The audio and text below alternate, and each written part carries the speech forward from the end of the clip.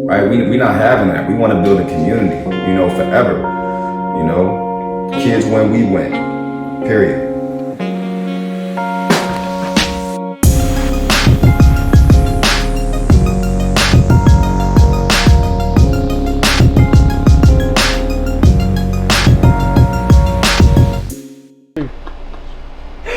Oh man, that brought back memories. How many of those we had? Every generation, yeah.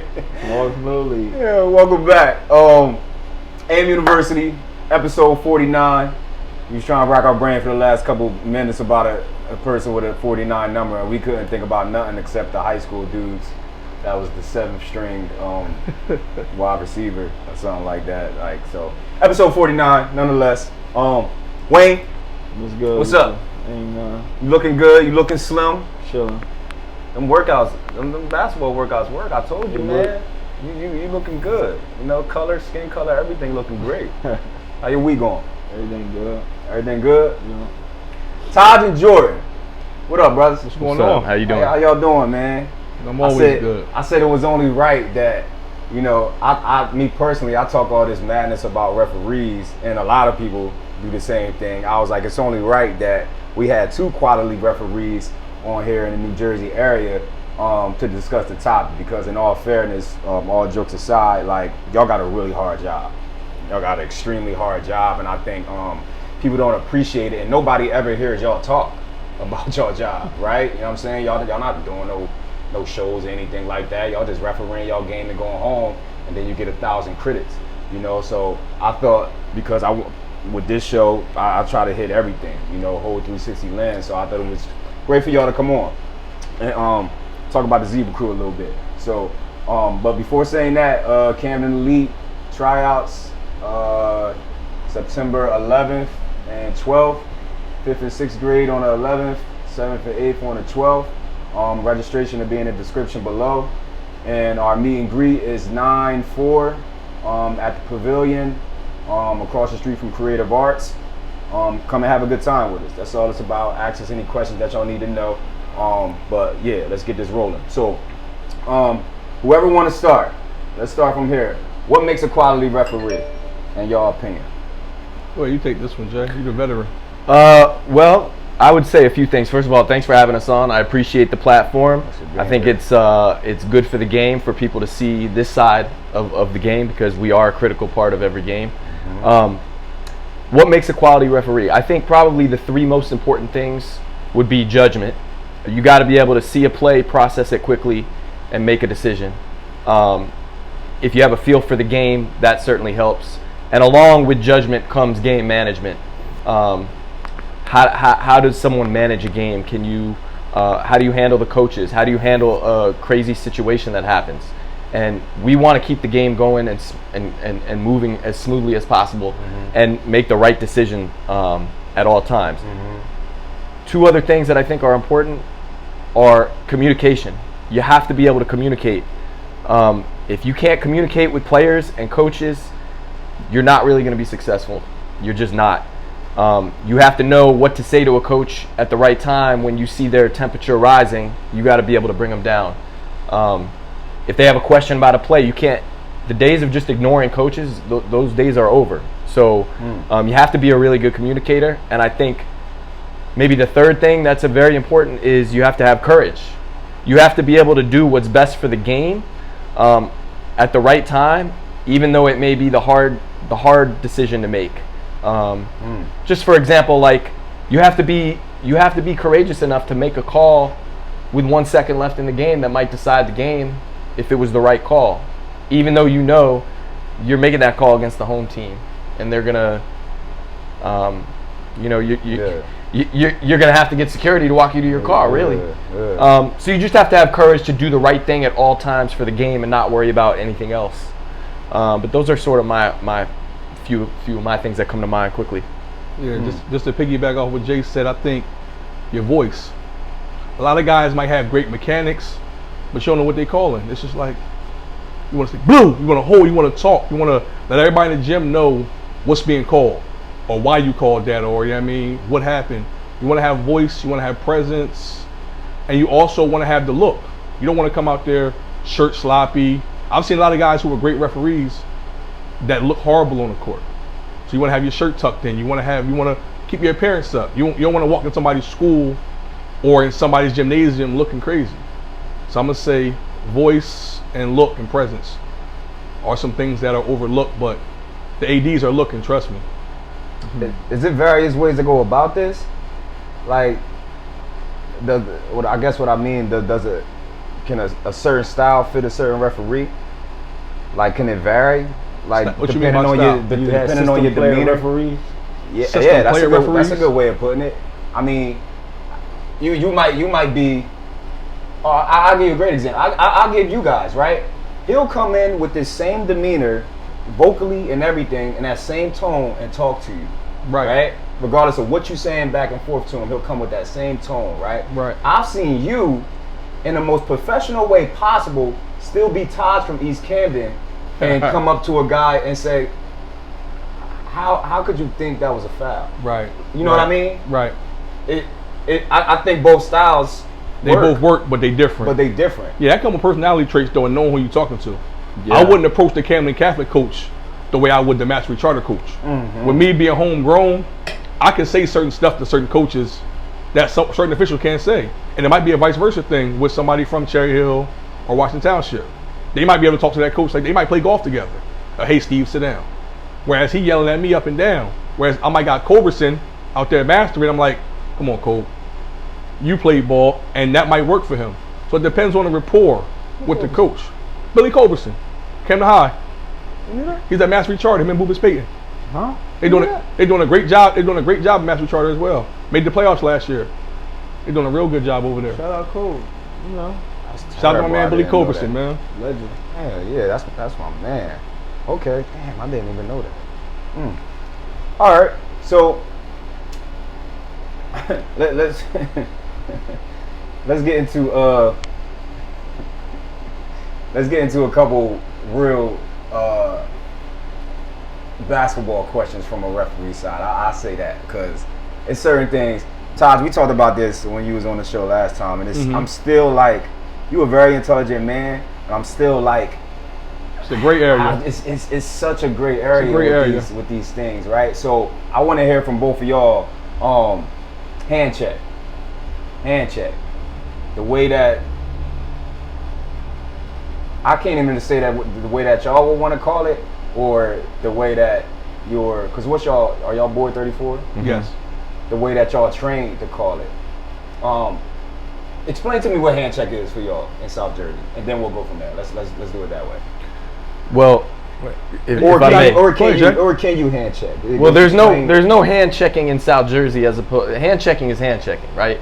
The rule is you can't impede the progress of an offensive player, and using your hands to disrupt his rhythm, speed, balance, or quickness, right? And there's 4 ways you're going to get called for a hand check. One is if you put your hand on that offensive player and keep it there.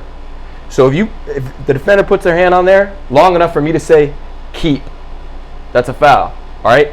Also, alternating, right? If you go boom, boom, automatic foul. 2 hands at the same time, automatic foul. And then an extended arm bar that disrupts the rhythm, speed, balance. So those are the 4 ways. That is a hand check, and that's the definition of a hand check. That's on the high school level and the college level. So it's the same rule.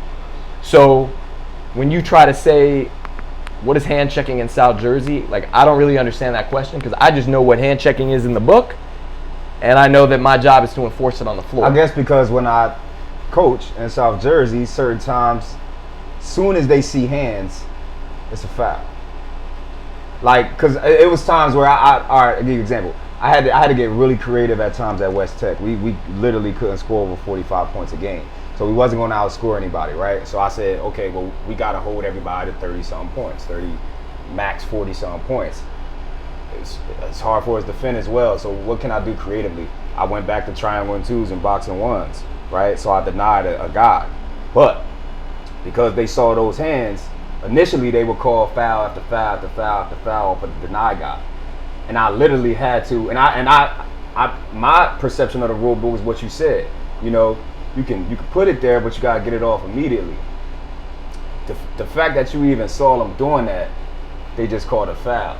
And it blew my mind, and I adjusted to it, but I literally had to tell my guys in practice, we had to drill it to just be like this, or whatever like that, because that's the way they was calling it. And it just blew my mind, because like when Taj was here prior, I spoke about this.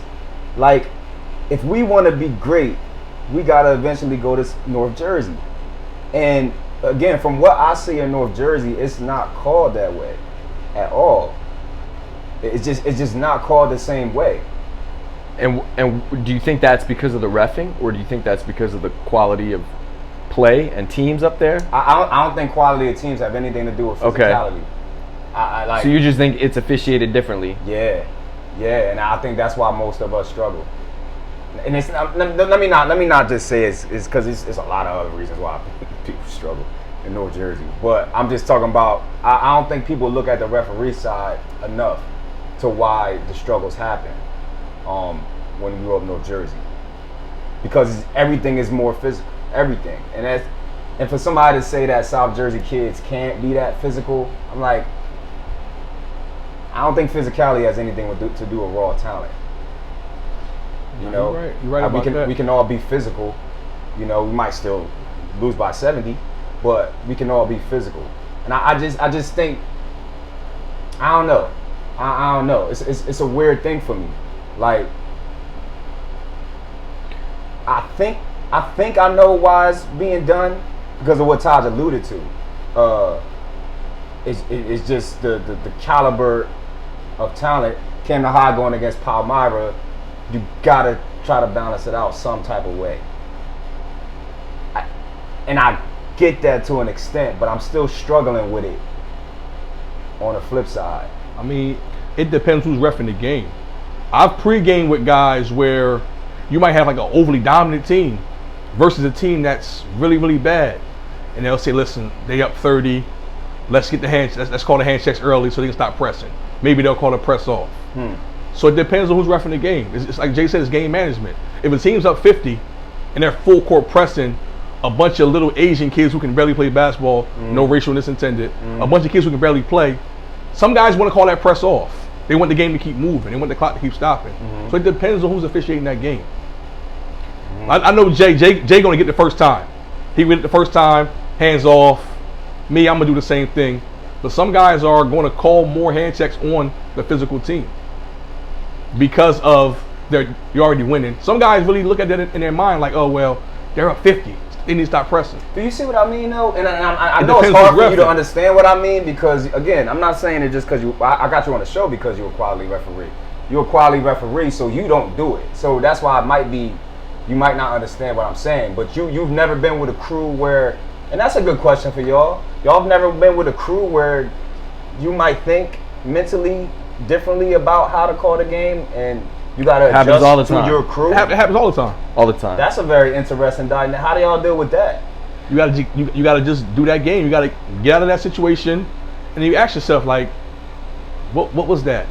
Maybe this guy might not be somebody I want to work with. You have the ability to change schedules, or I mean, guys have getting taken off of games, or there's been bad crews where the signers might change the whole crew. Like, you might never see that crew again. And also, ADs have the right to block referees. Whereas, oh, I don't want him no more. Jeff might still send you, but he might send you for JV as opposed to varsity. So it depends on the situation. A lot of guys have gotten games taken from them because of bad calls. And a lot of guys have got more games given to them because of good calls. So it depends on the situation. What you have to do too is when you go to a game, we don't choose our partners. Right. All right. We get assigned a game, and we get assigned our partners. We have no say in who our partners are. But when you get to every game, you have to get through that game with your partners, whether there's someone you like or don't like or think they're good or are not good. You're a crew, and they're your teammates for that night. And the most important thing is you have to be consistent as a crew. So whatever it takes for you to be consistent on both ends as a crew, that's what has to happen. If I'm, let's say, the crew chief one night, and I see in the first 5 minutes of the game, we're not being very consistent on both ends. That first time out, you better believe I'm calling my partners together, and I'm going to say, look, this is what I'm seeing. We have to fix this right now. Right. So we can get through that game the best way possible. I want to ask So- you these questions, but it's like you had the same 5 referees in South Jersey your I'm whole learning. career. I'm saying quiet. I'm learning. But Like, that was Turner though. I'm learning.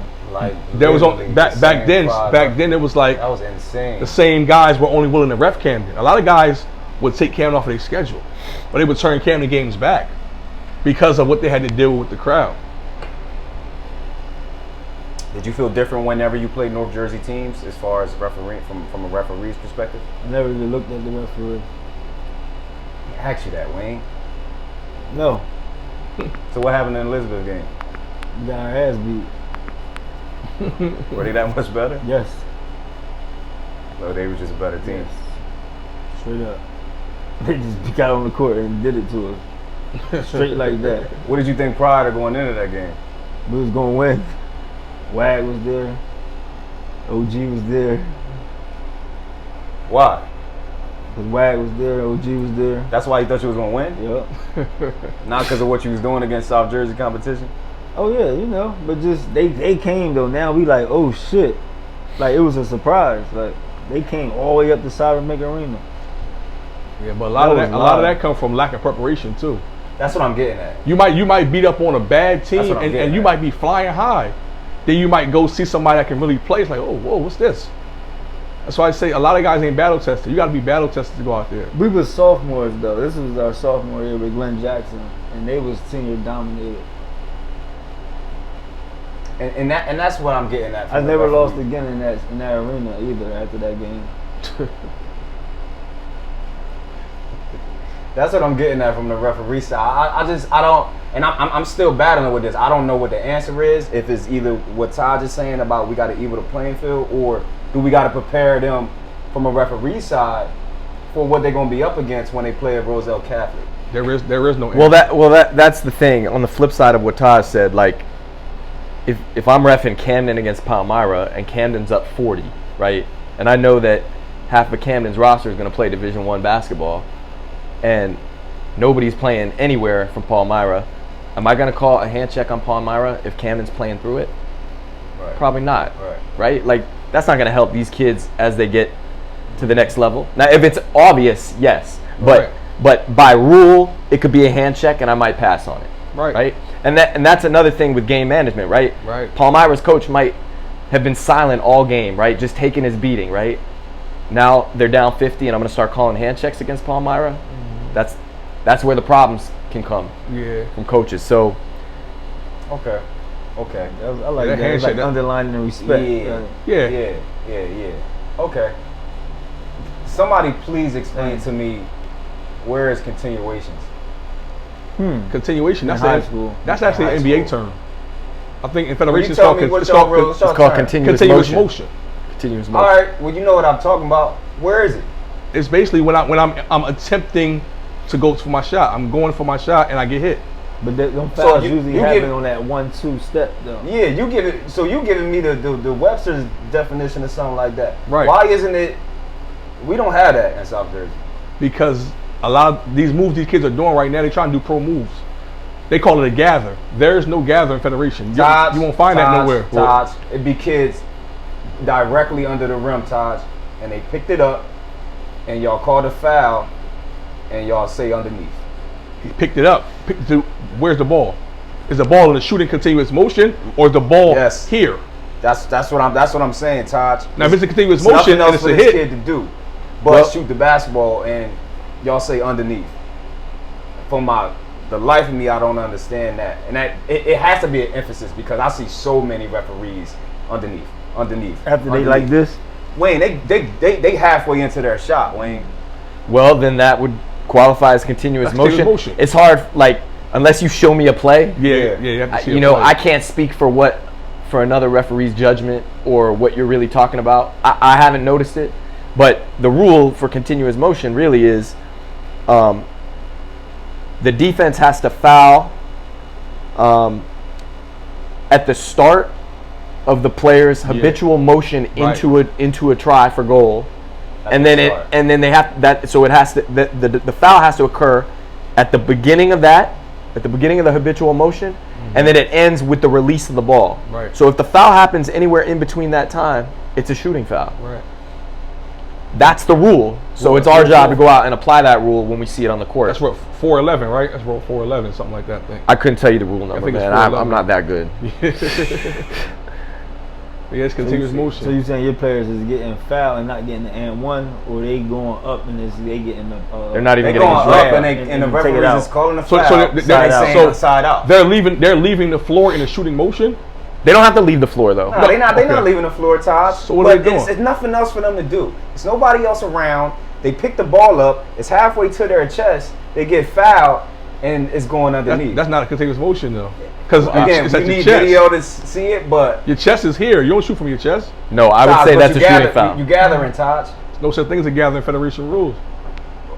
You tell me a different term, because if I'm literally right under the basket, right under the free throw line, there's no one else around me. I take a dribble and I pick it up, and I'm here, and I get fouled. And then you get hit right here. That's a continuous shooting foul. That's a shooting foul. That's a shooting foul. It is. It's not called. And I was just trying to look for clarification on why most times it's not. It is. I swear, if I had I wish we had time to go on Huddle and show how many times I've seen that underneath. It's. I don't know.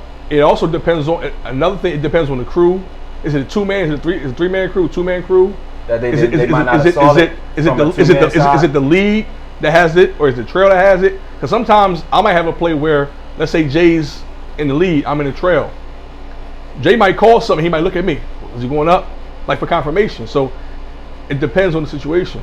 That's another thing that I don't think happens enough as well. What's that?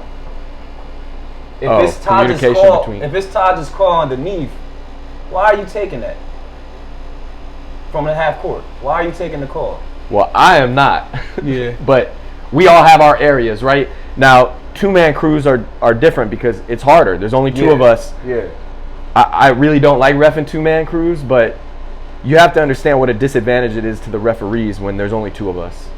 Mm-hmm. When you have all these bodies in the lane, it's tough. It's tough. But yeah, but I know sometimes as coaches, you guys might say it's not your call, but actually the top flight, the top of the ball up top, that's actually the trail's call, because the lead should be looking inside at the bodies inside. So if it's up top, you mean if the ball's up top. Yeah, if it's like a layup or and the foul occurs up here, and the trail gets it, there's nothing wrong with that, because he's supposed to be looking up there. Same thing with the goaltenders. A lot of times coaches might say it's goaltending, and they're looking at the ref that's in the lead. That's not the lead's call. The lead should never be looking this way. The lead should be looking this way. The trail should be looking up top. So anytime you see somebody in the league get a goaltend, that's because the trail just probably wasn't paying attention, they fell asleep or something like that. You should never have a goaltending or anything around that basket from the lead. The lead meaning the referee on the end line. Underneath the basket, what y'all call it, yeah. I think I should have learned about roughing back in the day. So I can manipulate calls and shit. Like, I never thought about. I never used to pay attention to refs, dog. Well, I think it would help a lot of coaches if they actually took the referee class. Because for one, you learn rules. Yeah. You think you know the rules until you take a referee class, and you're like. I don't think it would have mattered to Coach Turner, though. Nah, Turner it was different. Turner was just on some political, racial type of stuff. It was just it had nothing to do with basketball. It had nothing to do with basketball. But a lot of times coaches will be like, well, that's a self. There's no such thing as a self in high school. Up and down. Well, that's a travel, ain't it? Yeah, over the back. What was that? I had a kid 2 nights ago. He said, man, on 2K they do the pivot. I said, this is a high school basketball game. What is a pivot step? What are you talking about? You're making up stuff. Like in 2 different games, NBA, 3 different games, high school, college, NBA, different game, different rules.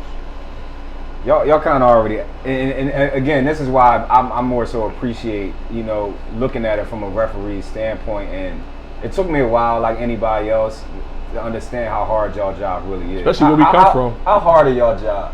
Yeah, that's a great point. We grew up. That's a great point. We grew up with the 7-on-5 concept. Yeah. Every coach I ever played for growing up in Camden told me it's going to be 7-on-5. They got the refs in the pocket. Yeah. That was my mentality. So when I walked into class, my mentor, my cadet supervisor, Stacey Scott, was like, whatever you know about basketball, erase it out your head now because you know nothing. I'm like, I play high school ball. I've been all these leagues. I know what I'm talking about. I'm in class raising my hand. Oh, that's over the back. Where's over the back in the rule book? So I had to wipe everything. I I had it in my head I was a player, and just learn the game as an official. You can't come in there. Oh, I play high level basketball. Oh, I'm gonna. No, you got to learn the whole thing over. Most of your best refs probably never played high school basketball at all. Some of them did, but most of them probably never played no type of basketball at all. Real quick, something you just said. You said 7-on-5, right? Now that you're a ref, do you feel that way? No. Right. I appreciate it. I actually had to apologize to a couple guys that ref my high school games. Like I told Actor, I never knew how hard your job was. I tell Chop, I tell Tracy. Wait, hold on, go back. What's up? Y'all don't feel like that's never the case? No. So coaches like to say that, players like to say that, it was 8-on-5 tonight or it was 7-on-5. No. As a referee, I can promise you, I have never and will never care who wins the game. Nah. The only thing I care about is getting every play right. That's it. I'm competitive with myself. So I don't think I've ever reffed a perfect game, and I don't think any referee can ref a perfect game. But I want to get as close to that as possible, and the outcome is of no consequence to me. I really don't care who wins. Never have, never will. So I don't like when coaches say that because it's a bunch of bullshit, because I also think that no referee really cares.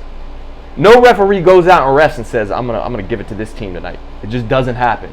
So look, but there's a perception that there's that going on, and I can tell you right now, I've never seen that. You know how they say it's pointless to argue with a ref because you never seen a ref overturn a call? Right, that's true too. Right. That's true too. So you remember that, right? I do. So now you said you referee for perfection, right?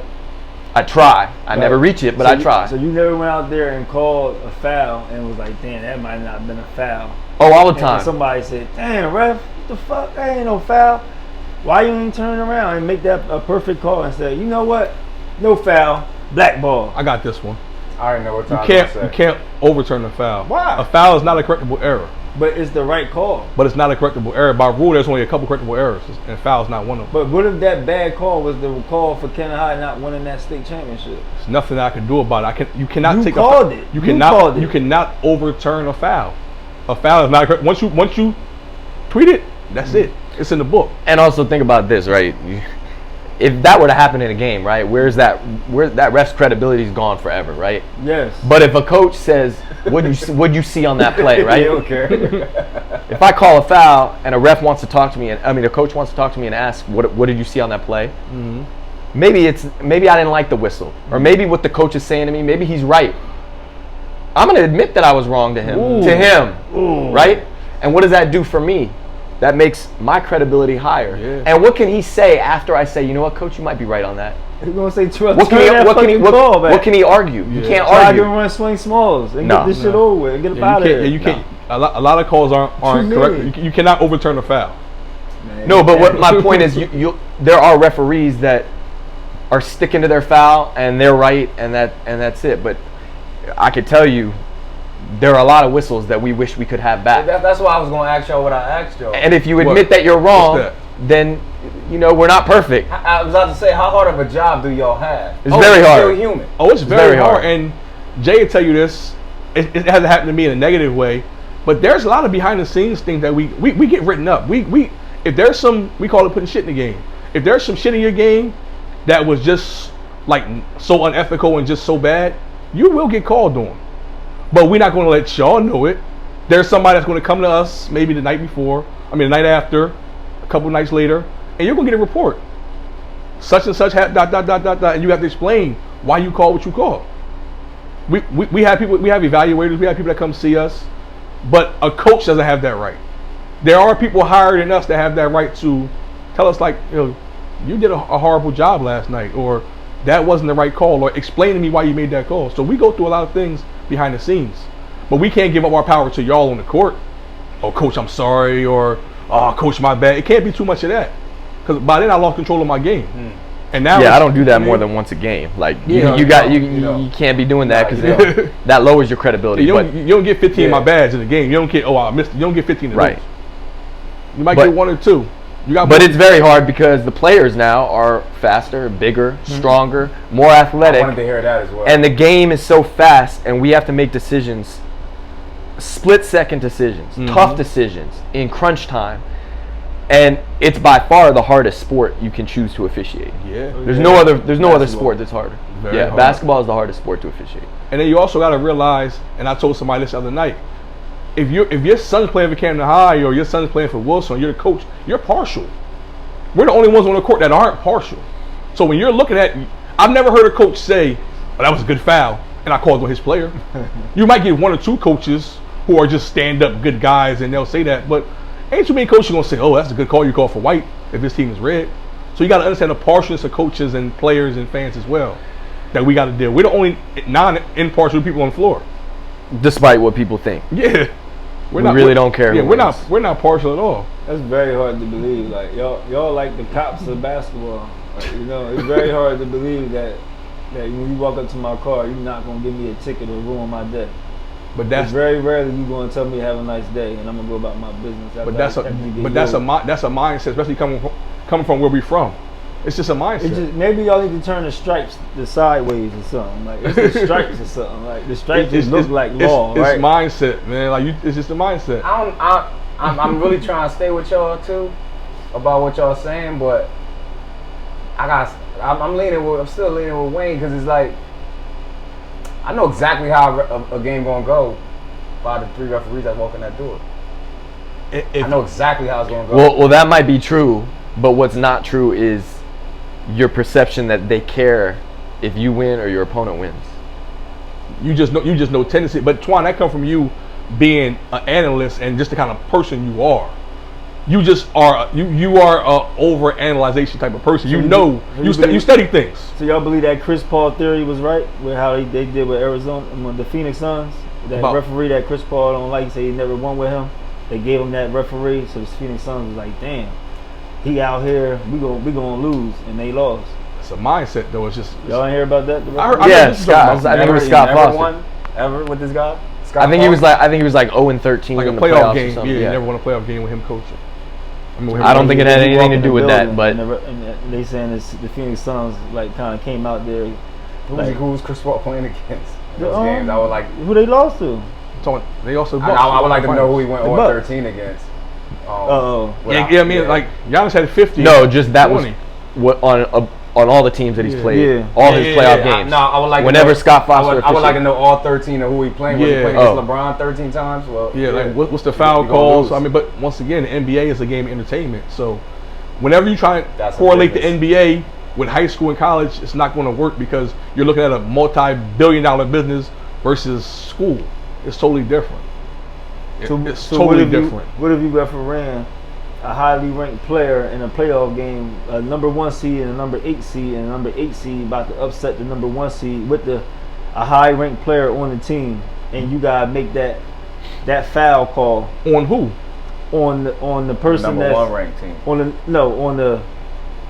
To send the 8 team to go to the free throw to ice the game. Foul It's over. A It's foul over on a free throw. A foul is a foul. Foul's a foul. I don't care who's ranked. So What y'all doesn't matter to me. No, it's not even about. It's just like. Because see now Wayne getting into intuition, like and Wayne getting into like that split second psyche that you might have about the situation. Like if you really going to just put that, like you just made history just now. Listen, We didn't make history. Yes, you did. Right. No. Right. Yes, you did. Right. So that goes back to fair. courage, right? We can't be afraid that's of fair. anything that comes with us doing the right thing for the game. Mm-hmm. So if it was a foul, then it's a foul. I don't think y'all doing that. I don't think that's doing the right thing for the game. I think y'all letting the game play would be doing the right thing for the game. Like you always hear referees need to let the game play out. Don't determine the game.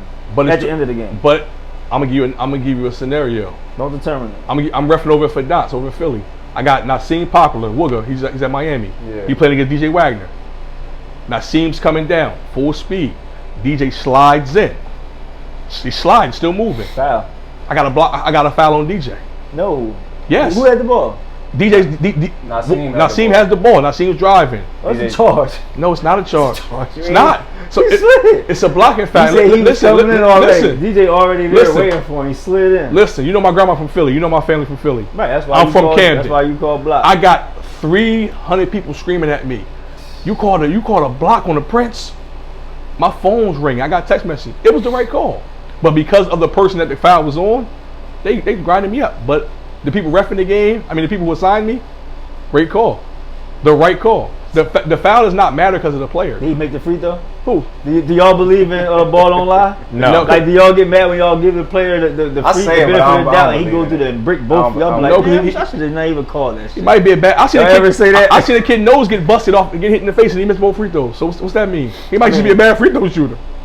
See, that's why you shouldn't give him the call. It's like y'all need to take that into consideration too. Like, can't. who am I giving this call to beat Camden High? Like, If you do something like that, if you care about the players You and know how what I good mean? they are, Like- you should be a coach, not a ref. don't Yeah, now you lost me on it. Yeah. Like last part. 'Cause I was with you, but now Like- you're saying like what? like don't. He's saying give it. All right, if you know, He said if you- give if the you know advantage to the this good player. If you know this player didn't make Essentially. no free throws the whole game, right? And it's come and Camden High up 1. It's 56-55. Camden High up 1. And this same person that bricked all free throws the whole game, like free air balls and everything, free throws. He get the ball and go up on that same possession you talking about, and they got a chance to call foul and give him possession to go to the thing. Don't save us the dramatics and let us go home and let Camden High win by 1. Let that foul go out and But once game again, over. That's it. you're showing your Don't call you're showing your foul harshness again. and let him miss free throws and then be like, oh, ref, because y'all still gonna get kicked in the ass for it after he missed both of So them. you're not about what's doing what's right. I'm about Camden High winning for all means necessary. But see, that shows your bias and your Right. harshness. But that's what it's about. though. You thinking like care a about coach that. fan. We don't care about No. that. Y'all should. No, we Why? not. Because it's like tradition that's going on. Like y'all, What- that's so- what I'm saying. Like y'all just go So home. you just want refs to come out and just cheat for Camden, so they make sure So, they win. Don't cheat. Just stretch the rule book a little bit and let people know Nah, that man. that now they turn it around to 7-5 Camden now. So now you know when you go play Camden, it's 7-5 Camden Catholic. But do you do? But you Like, also let them know. feel how I go for 50 years straight. But you also know that we got to ref them other places too. Nah, don't worry about that. We can't. Let's We, switch the narrative. nobody's now. going to have 17, 18 Camden games. Taj. So I'm gonna have to go to Washington Township too. I gotta go to Cherokee too. So it gotta be balanced. And it gotta be the right call, the right time, the right person, situation. None of that matters. I heard guys say it's tied up. Don't make that call. If it's the right call, make it. Now if it's judgmental, you might want to. Okay, but if it's a definite foul, Did Michael Jordan push Bill Russell? Or whatever, Byron he Russell? sure did. Would you have called that? Now that's Michael Jordan, his legacy. Different you game. You would have rewrote history. We right? don't have no Michael Jordans out here. Different I'm game. just saying. And Who it would you have called? It didn't affect the play. Different Yes, game. He was already. He was It was sliding. an offensive He foul, was sliding. Utah ball. He was sliding. bro. Different It was game. it was a wrap. Offensive foul, Utah ball. Let's end with All the way. Different game, bro. Let's end with this. So y'all already alluded to it, but I want y'all to expand on it real quick. So mentally, how do y'all deal with all that? The kid, the Camden High crowd, the parent, the coach in your ear, because again, y'all still humans, man. And like again, that split second, it you can question yourself a lot, right? Did I do it right? Am I like all that stuff come into play in that split second and to hold your spot with integrity? Let's be honest, it's just not the easiest thing to do, and I think that's why it's only a certain amount of quality referees in the world that can get to the top. You know, so I just want to hear real quick, how do y'all deal with that? Because that's extremely hard, man. I Dealing deal with the it atmosphere the way I do it. Next play. mentally. I just go next play. Like I don't let what I called 5 seconds ago determine I'm gonna call in the next 5 seconds. I just go. I'll black it out. I'm just calling the game. I'm not thinking about I missed that. I'm not in my own head. I'll think about it afterwards, but it's just on to the next play because you don't have time.